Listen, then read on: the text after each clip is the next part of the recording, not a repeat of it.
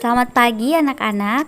Hari ini kita bertemu lagi di pembelajaran PKLH, Pendidikan Kebersihan dan Lingkungan Hidup, bab yang ketiga, lingkungan.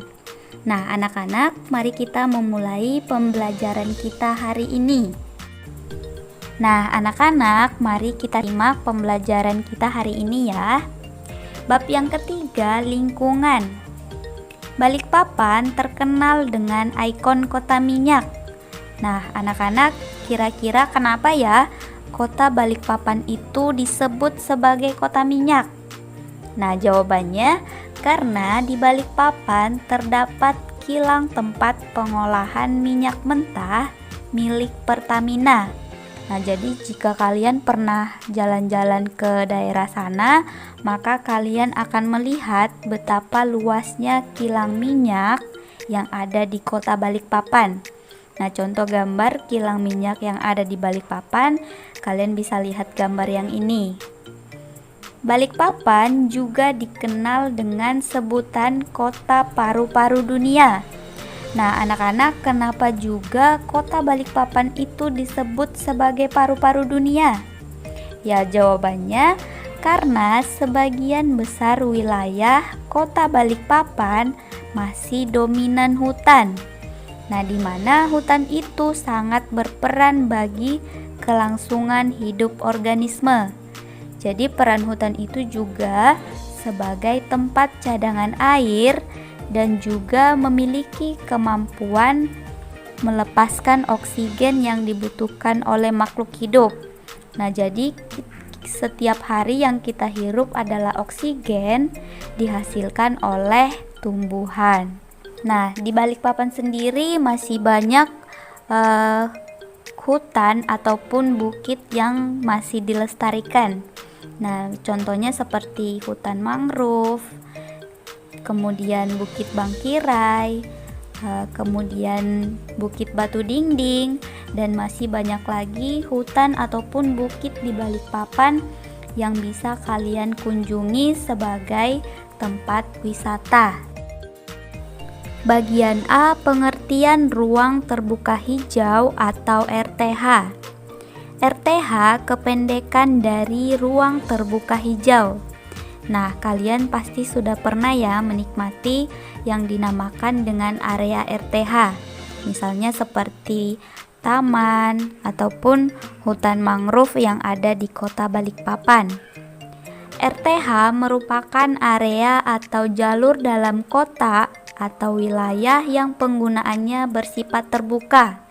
Nah, kenapa dikatakan bersifat terbuka?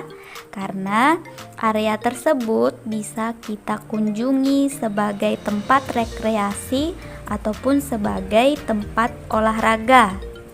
Nah, dikatakan hijau karena RTH adalah sebuah area yang terdapat tumbuhan hijau. Nah, baik itu tumbuhan yang tumbuh secara alami maupun tumbuhan yang memang sengaja ditanam. Nah, gambar ini adalah salah satu contoh RTH yang ada di kota Balikpapan. Jadi ini adalah Taman Bekapai. Nah, kalian pasti sudah pernah mengunjungi taman ini ya anak-anak. Nah, taman ini ada di Jalan Jenderal Sudirman arah mau ke Lapangan Merdeka. Nah, kalau kalian memang asli orang Balikpapan atau kalian sudah lama di Balikpapan, kalian pasti sudah pernah mengunjungi tempat tersebut. Dalam Undang-Undang Nomor 26 Tahun 2007 tentang penataan ruang, jadi yang dimaksud dengan ruang terbuka hijau atau RTH adalah ruang yang kawasannya ditumbuhi oleh tumbuhan pepohonan, semak, rumput, dan tumbuhan lainnya yang menutupi tanah. Nah, misalnya seperti hutan mangrove. Nah, anak-anak, apakah kalian sudah pernah ke hutan mangrove atau belum?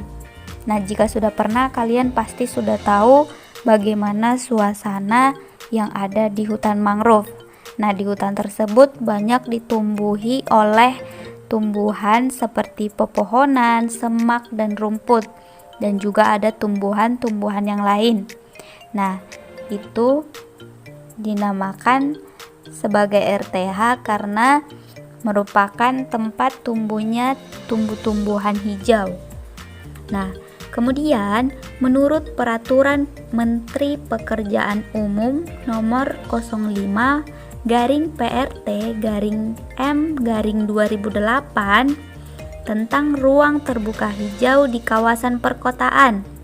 Nah, jadi ruang terbuka hijau merupakan tempat tumbuhnya tumbuhan secara alamiah maupun tumbuhan yang sengaja ditanam. Nah, misalnya contohnya seperti Taman Bekapai tadi. Nah, jadi Taman Bekapai ini adalah area RTH yang memang di dalamnya ada tumbuhan yang sengaja ditanam ataupun yang tumbuh secara alami.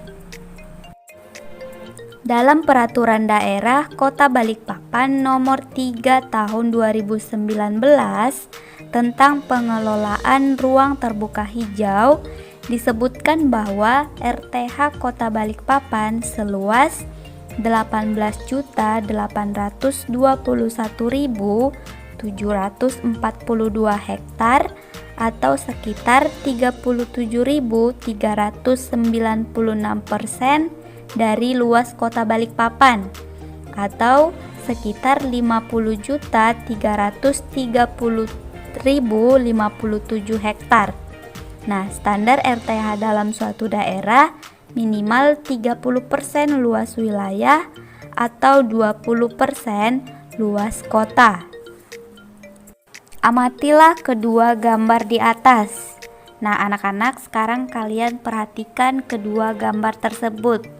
Nah, kira-kira kalian lebih suka gambar yang mana? Apakah gambar yang pertama atau gambar yang kedua? Nah, kalau ibu lebih suka berada di lingkungan gambar yang kedua. Nah, sekarang apa pendapatmu tentang gambar tersebut? Nah, sekarang kita mulai dari gambar yang pertama. Nah, gambar yang pertama, pada gambar tersebut terdapat banyak bangunan. Nah, di situ ada bangunan yang tinggi dan juga ada bangunan yang rendah. Nah, susunan bangunan tersebut juga sangat padat dan pastinya udara di lingkungan tersebut sangat banyak polusinya. Nah, polusi itu adalah pencemaran udara. Nah, gambar yang kedua, pada gambar tersebut terdapat taman yang dipenuhi oleh tanaman. Nah, di sana tumbuh berbagai pohon, bunga, rumput, dan yang lain-lain. Nah, pastinya udara di lingkungan tersebut juga sangat sejuk. Nah, jadi itu adalah perbedaan dari kedua gambar tersebut. Nah, kira-kira kalian lebih senang yang mana? Nanti kalian bisa tuliskan di buku tugas kalian ya. Bagian B, jenis ruang terbuka hijau atau RTH. Nah, jenis ruang terbuka hijau yang pertama adalah taman kota. Nah, taman kota terbagi atas taman aktif dan taman pasif. Nah, apa yang dimaksud dengan taman aktif dan taman pasif? Nah, yang pertama, taman aktif itu adalah salah satu ruang terbuka hijau yang memiliki fungsi untuk rekreasi dan olahraga. Nah, jadi taman aktif itu bisa kita kunjungi ataupun bisa kita melakukan aktivitas di dalamnya. Nah, sedangkan taman pasif adalah taman yang memiliki nilai visual untuk dinikmati keindahannya tanpa melakukan aktivitas di taman tersebut. Nah, artinya kita bisa melihat taman tersebut, tapi kita tidak bisa melakukan aktivitas di dalam taman tersebut. Jadi kita tidak bisa masuk ke area ruang terbuka hijau di dalam taman tersebut. Nah, yang kedua, jalur hijau. Jalur hijau itu diantaranya adalah taman pulau jalan dan media jalan. Nah, taman pulau jalan itu misalnya persimpangan 3 atau bundaran jalan. Nah, misalnya kalau kalian pernah lewat daerah Lapangan Merdeka, maka di sana kalian akan melihat taman bundaran yang ada di lapangan tersebut. Nah, jadi itu dinamakan sebagai taman pulau jalan. Nah, sedangkan median jalan itu adalah pemisah jalan yang menjadikan jalan itu 2 jalur atau lebih. Nah, biasanya kalau pemisah jalan itu pasti ada ditumbuhi berbagai tanaman seperti bunga atau pohon-pohonan. Jadi itu dinamakan sebagai median jalan. Nah, jenis RTH yang ketiga adalah pemakaman. Nah, kalian pasti pada heran ya, kenapa pemakaman itu termasuk ke dalam ruang terbuka hijau. Nah, kira-kira jawabannya apa ya anak-anak? Nah, karena biasanya pemakaman itu ditumbuhi oleh tumbuhan hijau. Nah, misalnya seperti pohon, bunga, rumput, dan yang lain-lain. Makanya pemakaman termasuk ke dalam ruang terbuka hijau. Nah, pemakaman itu sendiri mempunyai fungsi sebagai sarana umum yang bersifat daerah terbuka hijau. Nah, RTH pemakaman tersebar pada 6 wilayah kecamatan di Kota Balikpapan, yaitu Balikpapan Kota, Balikpapan Selatan, Balikpapan Tengah, Balikpapan Barat, Balikpapan Utara, dan Balikpapan Timur. Bagian C, manfaat ruang terbuka hijau atau RTH. Nah, yang pertama, RTH memiliki fungsi ekologi. Nah, jadi RTH merupakan paru-paru kota atau wilayah. Jadi tumbuhan dan tanaman hijau dapat menyerap kadar karbon dioksida atau CO2 yang kita keluarkan setiap hari dan menambah oksigen atau O2 yang kita hirup setiap hari. Nah, yang kedua, RTH menjadi ruang sosial dan budaya masyarakat lokal.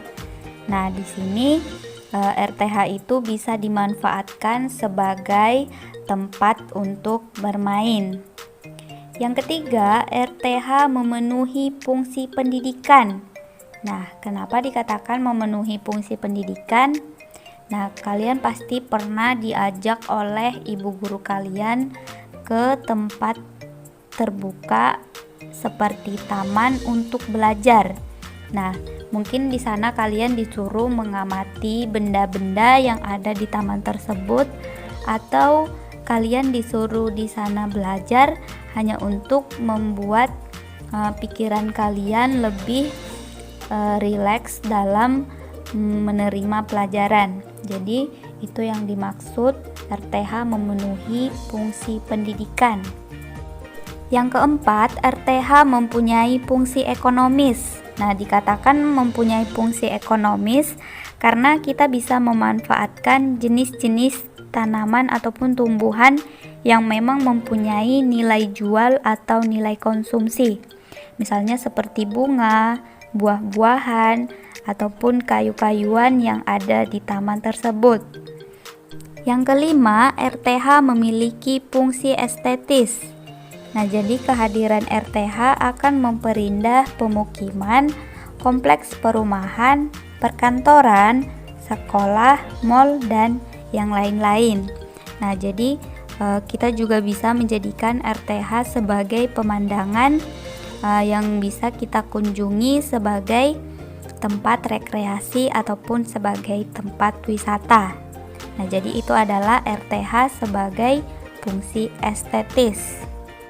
Nah, anak-anak, sampai di sini penjelasan materi bab 3 tentang lingkungan untuk kita pada hari ini.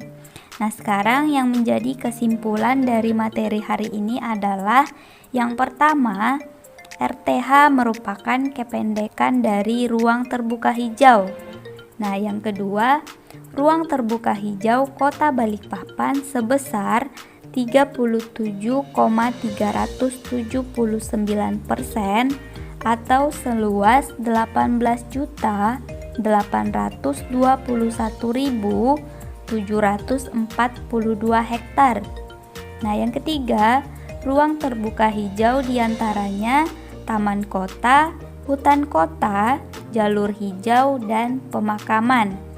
Yang keempat, taman kota terbagi pada wilayah Balikpapan Kota 2 taman, Balikpapan Selatan 4 taman, Balikpapan Utara 3 taman, dan Balikpapan Tengah 3 taman. Yang kelima, manfaat RTH yaitu sebagai ekologi, sosial dan budaya, planologi, pendidikan, ekonomis, serta estetis. Yang keenam, RTH pemakaman tersebar pada wilayah Balikpapan Kota, Tengah, Barat, Utara, Timur, dan Selatan. Dan yang ketujuh, hutan kota hutan mangrove berada di Margomulyo, Balikpapan Barat. Kebun Raya Balikpapan berada di wilayah Balikpapan Utara. Argo Wisata kilometer 23 berada di wilayah Balikpapan Utara. Nah, anak-anak, jadi itu adalah kesimpulan dari pembelajaran PKLH kita tentang lingkungan pada hari ini. Nah, anak-anak, sampai di sini pertemuan pembelajaran kita pada hari ini. Semoga apa yang Ibu sampaikan dapat kalian pahami dengan baik. Nah, Ibu ucapkan selamat pagi dan selamat belajar ya. Tetap jaga kesehatan dan tetap semangat. Dadah.